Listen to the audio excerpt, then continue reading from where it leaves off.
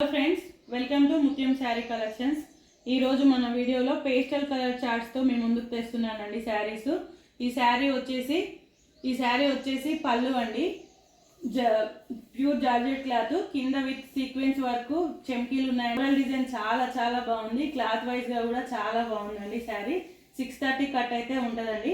ఈ శారీ వచ్చేసి 599 free shipping అండి. ఆల్ ఓవర్ ఇండియా ఎక్కడికైనా పంపిస్తామండి.